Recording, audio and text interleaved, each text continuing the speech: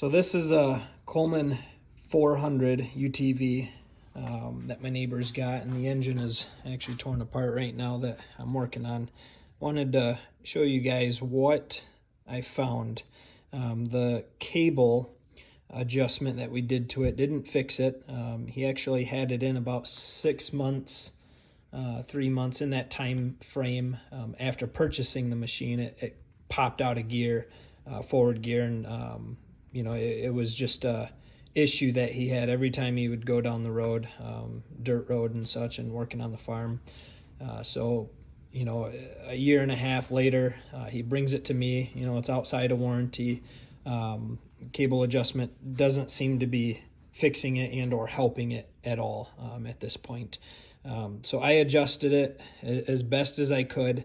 About a week and a half or so later, it's no longer going in gear.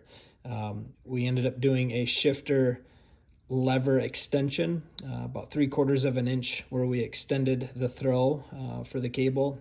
That helped a little bit, but still continued to pop out of gear no matter what. He ended up bringing it back and said this time it's not staying in first gear or forward gear. Not sure where to go with it. The shop that he had working on it, that was a Coleman authorized dealer. It's about a 45-minute drive, and so he brought it to me and said, fix it. So I had some ideas on what was broken and or failed on it, and obviously we had to tear it apart to further inspect. And so what I found, this yellow here, is actual forward gear. So if we were to shift it into forward gear, right there's full forward gear. However, that's about where forward gear was landing.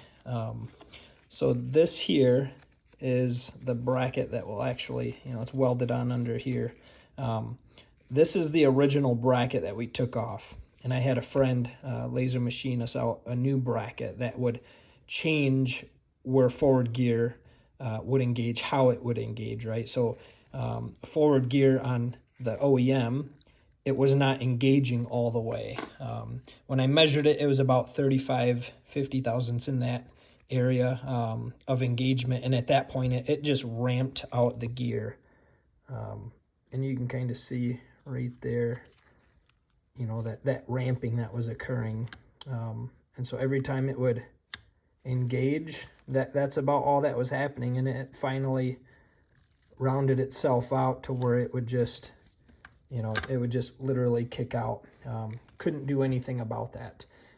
So we went through a couple different designs, different ideas, and finally we're able to pin down how much different arc we needed there to get this forward gear to actually engage 100% with this tooth. So, we didn't touch anything neutral and reverse. So reverse 100%, when we went to reverse, let's see if I can get this lined up here.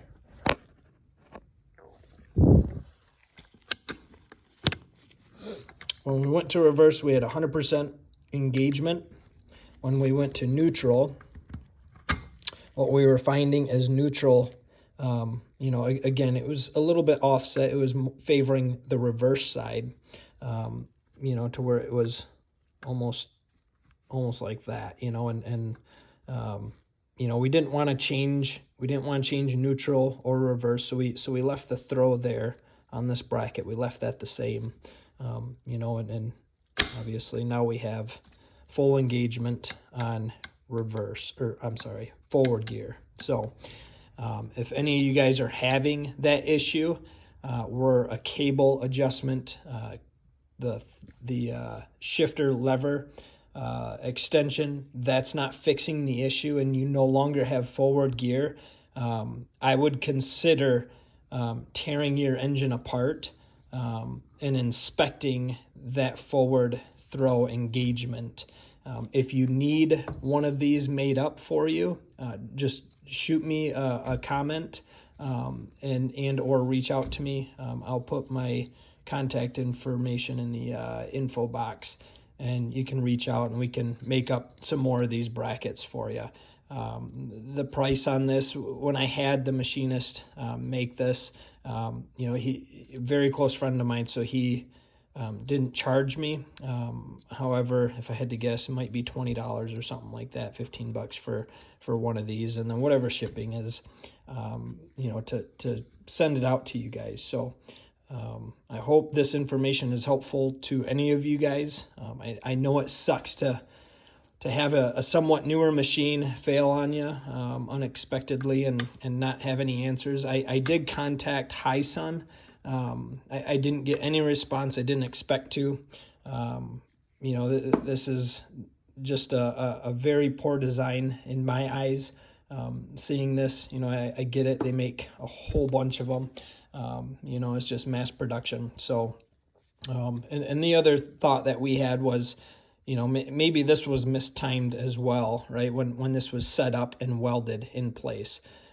However, our concern when we kind of went down that road of retiming this plate, you know, just breaking the weld and then tack welding it in multiple places, we were not getting 100% engagement on reverse and or forward gear, right?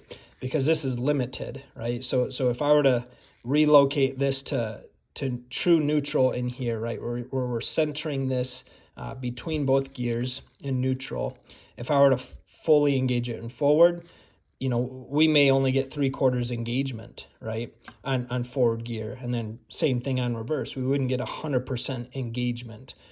So what we did is you know, mark the timing mark on here with the OEM one before we cut it off, and then marked the new location with the new one, and put it back in the same spot. That way, at least we knew we had neutral and reverse in the same spot, and we were only changing forward gear, which is what you see here with the change of that arc. So I'll try and put some photos of what we came up with. You know, I think I had a photo on the computer of the new design in comparison to this, but you know, I trust that you guys will be able to see, you know, just how much difference in angle that is just to get that to fully engage. So wish you guys luck.